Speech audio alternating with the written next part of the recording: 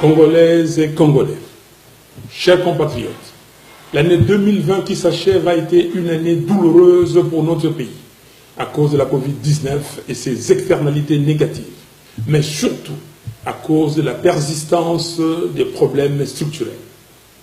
Une fois de plus, je présente mes sincères condoléances à tous ceux qui ont perdu des êtres chers, soit du fait de la Covid-19, soit en raison de la misère, l'insécurité et les guerres qui sévissent dans notre pays. Je soutiens dans la prière tous ceux qui sont malades et je souhaite un prompt rétablissement à tous ceux qui sont convalescents. Je prie Dieu Tout-Puissant pour que l'année 2021 soit meilleure pour tous. Mes chers compatriotes, face à la théâtralisation de la vie politique observée tout au long de ces 2 dernières années, permettez-moi de rappeler brièvement la mission du service public et l'essence de l'engagement politique. En effet, le service public vise ni plus ni moins la satisfaction de l'intérêt général et l'engagement politique y rattaché doit être conçu comme un sacrifice au nom de l'intérêt supérieur de la nation. Le fondement même de cet engagement, c'est le pacte social noué avec le souverain primaire, auprès duquel on obtient un mandat en bonne et due forme, de manière à améliorer son vécu quotidien et lui donner la chance de rêver dans son propre pays. Cela implique, de la part de l'homme ou de la femme politique engagée, non seulement des aptitudes, du caractère, de la rigueur et de la discipline, mais également l'oubli de soi et un sens élevé du bien commun. Mes chers compatriotes, si je me suis engagé en politique après une carrière professionnelle accomplie, c'est avant tout par patriotisme et sens du devoir, avec l'idée forte d'apporter ma modeste contribution au développement de mon pays. C'est aussi et surtout parce que j'aime mon pays et mon peuple. Je crois à la méritocratie et je crois à l'expertise pour résoudre le problème multidimensionnel et complexe auquel fait face notre pays. Car, in fine, c'est bien de cela qu'il s'agit. Apporter des solutions concrètes aux problèmes quotidiens de la population congolaise. Mes chers compatriotes, en toute franchise, avez-vous aujourd'hui l'impression que vos conditions de vie s'améliorent? Existe-t-il réellement un pacte social conclu entre vous et ceux qui se sont imposés comme dirigeants? Est-ce que vous pouvez véritablement regarder vos enfants dans les yeux avec la certitude qu'ils auront accès à plus d'opportunités demain? Est-ce que le système éducatif de votre pays est plus au sérieux par l'État? Au vu de massacres qui se multiplient particulièrement dans la partie est de notre pays, vous sentez-vous réellement en sécurité dans votre propre pays? En cette fin d'année, chacun de vous, chers compatriotes, doit pouvoir se poser ces questions, loin des considérations et passions partisanes, mais dans un esprit patriotique.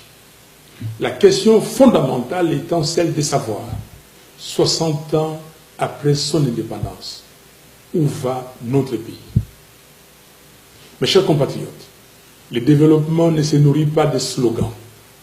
La croissance économique ne s'appuie pas sur des promesses. Le taux du franc congolais sur le marché d'échange ne s'ajuste pas en fonction des déclarations de bonnes intentions.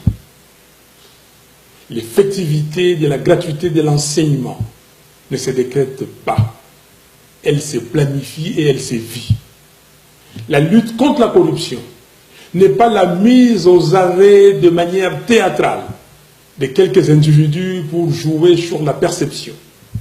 En somme, la bonne gouvernance est une affaire de substance. Car on ne bâtit pas une nation forte sur le mensonge et du superficiel.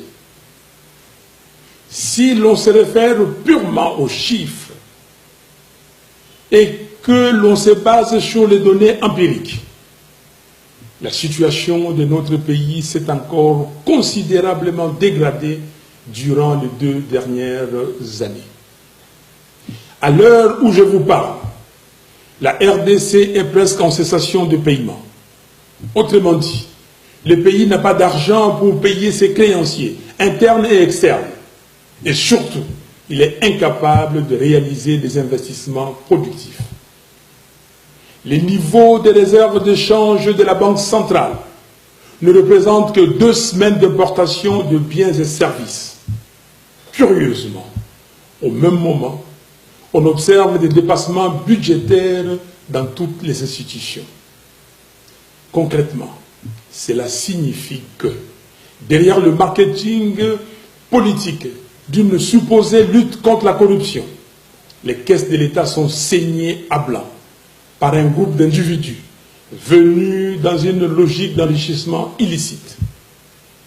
Pendant que les autres nations du monde, y compris certains pays africains, ont mis sur pied une batterie de mesures pour la prise en charge de leurs citoyens, de leurs ménages et de leurs entreprises afin d'atténuer les effets économiques et sociaux néfastes de la pandémie de Covid-19, en RDC, les citoyens sont abandonnés à leur triste sort.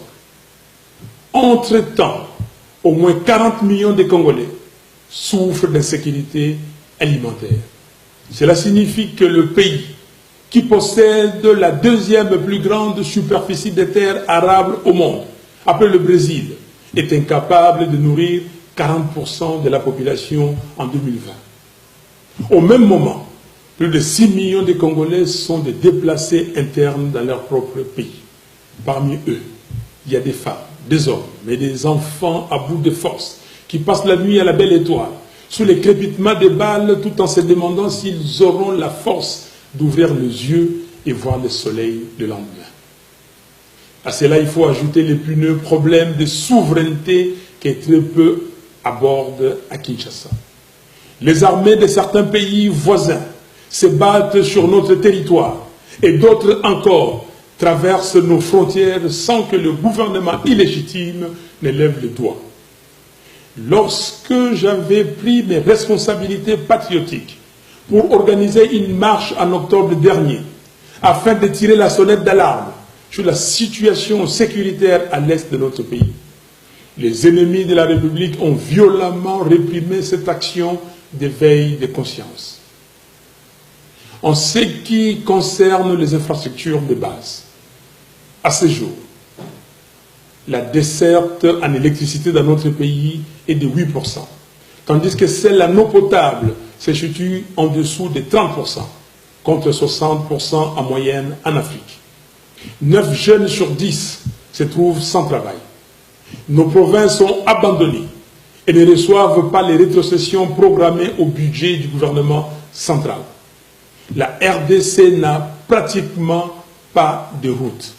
Les routes des strates agricoles ne sont ni ouvertes ni entretenues. Les échanges économiques à travers le pays et au sein de chaque province sont quasi inexistants. Le budget de 2019 et 2020 n'ont pas été réalisés de moitié. La liste n'est pas exhaustive. En définitive, il y a échec cuisant sur toute la ligne et les perspectives d'avenir ne sont guère réluisantes. Disons-le franchement, la RDC est en péril. Pendant ce temps, le régime FCC cache, distrait l'opinion. On prend les mêmes acteurs responsables de l'échec et on le recycle dans une blanchisserie baptisée Union sacrée. Cette transhumance que cultivent certaines politiques et certains politiques congolais sans idéal est un véritable cancer pour notre pays. Chers compatriotes, compte tenu du fait que bon nombre de personnes qui animent les institutions de la République n'ont pas été élus par vous, peuple souverain, ils savent bien qu'ils ne vous doivent rien et donc n'ont aucun compte à vous rendre. Vous ne les avez pas élus, pourquoi devraient-ils se sentir concernés par votre souffrance? Ils ne le sont pas. Ils vont continuer à vous faire des promesses creuses tout en saignant les finances de l'État. Ils continueront à vous parler de l'état de droit tout en violant la Constitution et les lois de la République. Ils poursuivront l'œuvre des transgressions des principes les plus élémentaires de la morale, particulièrement chrétienne, tout en invoquant Dieu, la Bible, entre leurs mains. Les codes des interdits et l'essence du devoir ont disparu. La raison semble avoir quitté la maison Congo. Ce qui est plus regrettable, c'est la caution que leur apportent certains acteurs de la communauté internationale, qui ne semblent point tirer les enseignements des erreurs du passé. Ces représentants des vieilles démocraties et d'états de droit sont désormais ambigus et même devenus aphones quand il s'agit de défendre le principe que leur pays prône. D'aucuns sont même allés jusqu'à soutenir publiquement les faits flagrants de corruption observés récemment à l'Assemblée nationale. Nous condamnons cette politique de 2 poids 2 mesures et exigeons le respect de la part de certains de nos partenaires extérieurs. C'est ici l'occasion pour nous de rappeler à chacune et à chacun de vous que les membres du FCC cash sont les acteurs responsables de l'état morbide actuel du pays. Et tant que ceux-là même qui se sont caractérisés par les antivaleurs porteront la destinée de notre pays, il est illusoire de penser que le quotidien du Congolais pourra s'améliorer. Mes chers compatriotes, nous avons besoin d'hommes et de femmes politiques en symbiose avec le peuple, qui vont mettre fin à l'absence de l'autorité de l'État. Nous avons besoin de personnes courageuses, notamment dans les dossiers actuellement étouffés, tels que l'érection irrégulière et dangereuse de Minembwe en commune rurale, l'invasion de la partie est de notre pays par les armées de certains pays voisins, le projet de balkanisation de la partie orientale de la RDC, notre beau pays, ainsi que les pillages de nos ressources naturelles. Nous avons besoin d'hommes et de femmes politiques qui n'auront pas peur de soutenir publiquement et d'appuyer les combats que mène le docteur Denis Mukwege pour l'exhumation du rapport Mapping, ainsi que l'instauration d'un tribunal pénal international pour la RDC. Il nous faut une justice impartiale qui fonctionne pour tous et qui s'active en toute indépendance pour mettre fin au règne de la corruption, de l'impunité et de l'arbitraire. Notre pays doit avoir un cap, une direction, des compétences et une vision claire qui s'articulent non pas sur la démagogie, le mensonge et l'hypnose, mais sur une planification méthodologique et une série d'actions décisives. Où nous amène le pouvoir usurpé 2 ans après les hold-up électoraux sans précédent dans l'histoire du continent. Un hold-up présenté de manière légère par ceux qui tentent de falsifier l'histoire comme étant une passation pacifique du pouvoir. Comme si les Congolais étaient incapables d'exercer leur souveraineté dans la paix. Alors que depuis l'adoption par le référendum de notre Constitution en décembre 2005, scrutin par scrutin, notre peuple fait preuve d'une maturité exemplaire dans l'exercice démocratique, malgré la confiscation persistante de sa souveraineté. Nous ne pouvons plus tolérer ces mépris pour les Congolais. Congolaises et Congolais, je vous appelle au discernement et je vous invite à ne pas vous laisser berner par des petites guéguerres de positionnement servis par ceux qui ont confisqué votre souveraineté. Ces derniers ont opté pour la théâtralisation à choix raisonné et à la manipulation afin de mettre en scène un divorce politique à vos yeux alors qu'ils affirmaient il y a peu qu'il n'y avait pas de crise en RDC. En réalité, c'est à quoi nous assistons aujourd'hui. n'est rien d'autre qu'une tentative de faire subtilement oublier les bilans négatifs des 2 dernières années par la mort nominale de la coalition FCC-Cash. Des fusibles ont sauté et vont continuer de sauter. Des pions ont été déplacés. Un nouveau nom a été trouvé, mais le système reste le même. Et avec lui, les calvaires du peuple congolais. Ne soyez pas distraits, chers compatriotes. L'union sacrée n'est rien d'autre que la seconde grossesse du couple FCC-Cash. Mes chers compatriotes, malgré les nombreux défis auxquels nous faisons face, l'espoir demeure. C'est encore possible. Oui, je suis convaincu que c'est encore possible de relever le défi, de faire du Congo un pays fort, digne et prospère. Comme l'avait dit Alain Moloto, je cite, c'est encore possible de tout refaire et de voir venir de beaux jours pleins de gloire, d'écrire une nouvelle page en couleur d'espoir. C'est encore possible de renaître. Fin de citation. Mon optimisme à ce sujet est sans faille, parce qu'il se nourrit de la force d'esprit des Congolaises et des Congolais. En effet, le redressement de notre beau pays va dépendre de toi, papa, chef de famille, qui travaille dur tous les jours pour subvenir aux besoins de ta famille. Cela va dépendre de toi, maman, qui travaille tout aussi dur, si ce n'est plus dur, pour subvenir aux besoins de ta famille.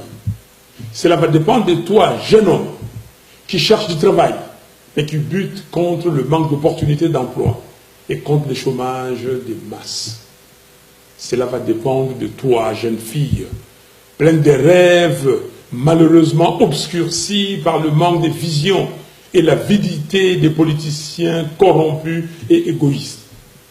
Cela va, en définitive, dépendre de notre capacité collective à dire non, à dire stop à la complaisance, à dire trop c'est trop, il faut que ça s'arrête. Et il est temps qu'une alternative crédible prenne le dessus sur la médiocrité et la cupidité. Nous pouvons faire mieux, nous devons faire mieux. Pour y arriver, il est primordial de rétablir le peuple congolais dans sa souveraineté. Il est impératif d'obtenir une réelle alternative politique démocratique qui soit porteuse d'un véritable changement. Ainsi, la crise multiforme née du hold-up électoral de décembre 2018 ne peut se résorber que par de nouvelles élections justes, transparentes et crédibles. C'est pourquoi, devant l'histoire et devant les Congolaises et Congolais, j'en appelle au bon sens de toutes les forces en présence. Évitons de répéter les mêmes erreurs qui, depuis 1960, ont plongé notre pays dans un cycle de crise perpétuelle de légitimité. Gardons à l'esprit notre loi fondamentale. Celle-ci renseigne dans son exposé des motifs que tout le temps que les institutions de la République et leurs animateurs seront illégitimes, la RDC restera engluée dans des crises politiques récurrentes qui plombent sa stabilité et son développement. Il ne s'agit pas d'une hypothèse, mais d'un constat. Et les événements auxquels nous assistons aujourd'hui donnent toute sa raison d'être au contenu de l'exposé des motifs de notre Constitution. En effet, une majorité préfabriquée, même si elle est subvertie, conserve son caractère artificiel et donc illégitime. Alors, sous couvert de l'utilisation abusive du pragmatisme ou du réalisme, combien d'expérimentations hasardeuses nous faudra-t-il encore dans notre pays pour que nous comprenions que la corruption n'engendre que la corruption? C'est pourquoi j'insiste sur ma proposition de sortie des crises, de manière à ce que nous puissions entreprendre des réformes institutionnelles profondes et consensuelles entre les parties prenantes, sous les bons offices des leaders religieux congolais, avec l'accompagnement de la CIRGL, la SADC, la CEAC, l'Union africaine ainsi que les Nations unies. Ces réformes urgentes et nécessaires doivent porter notamment sur la commission électorale, la loi électorale, la Cour constitutionnelle, la défense, la police et la sécurité, la lutte contre la corruption, ainsi que les droits humains. Nous devons redonner la parole au peuple en organisant de nouvelles élections anticipées, présidentielles, législatives nationales, législatives provinciales, sénatoriales, présidents des assemblées provinciales et gouverneurs des provinces. C'est dans la mise en œuvre de cette proposition que se situe précisément notre responsabilité historique commune. Toute autre voie n'apportera que des solutions cosmétiques, reposant sur le mensonge, la corruption et la manipulation, sans résoudre la question des fonds qui est celle de la crise de légitimité des institutions et de leurs animateurs. Chers compatriotes, pour accompagner le peuple dans la reconquête de sa souveraineté, j'annonce qu'à partir de ce 20 janvier 2021, je mettrai en place un cabinet composé de femmes et d'hommes qui veulent que le Congo de Kimbangu et de Lumumba soit fort, digne et prospère. Pour mériter le respect et l'honneur des générations futures, nous allons accentuer notre combat par des voies et moyens démocratiques afin de restituer au peuple son pouvoir de choisir librement ses dirigeants. La vérité des urnes. Que personne ne vous impressionne ou ne vous fasse douter du pouvoir qui est le vôtre. La souveraineté vous appartient. J'en profite pour dire à toutes celles et à tous ceux qui, partout dans notre pays, se sentent délaissés par le pouvoir des fêtes de Kinshasa, que votre commandant est avec vous. Je ne vous abandonnerai jamais. La RDC, c'est les 2 345 410 km² que composent ces 26 provinces et c'est près de 90 millions d'habitants dans toute leur diversité, sans oublier sa diaspora, qui est la première source de financement de l'économie du pays. Nous sommes un peuple vaillant et solidaire.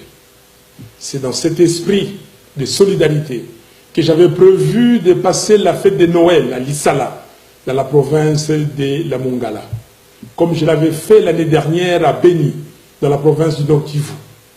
Mais mon voyage de Mbandaka, Boende et Lissala a été reporté. Je serai avec vous, mes frères et sœurs de Kinshasa et des provinces, tout au long de l'année 2021. Congolaises et Congolais, chers compatriotes, disons adieu à l'année 2020, année de la Covid-19, des massacres à l'Est, des misères, des souffrances, des corruptions, des vols, d'insécurité et des chaos institutionnels. À vous que Dieu a préservé et à qui il a donné la vitalité pour être des acteurs privilégiés du changement de notre pays. Je vous présente mes vœux le plus sincère d'espoir, de bonheur, de santé, de paix et de prospérité pour l'année 2021. Pour terminer, j'aimerais vous rappeler, chers compatriotes, que si l'histoire de notre pays nous a légué un héritage, c'est l'unité nationale. Conservons-le précieusement. Que Dieu vous bénisse, que Dieu bénisse la RDC, notre pays. Je vous remercie.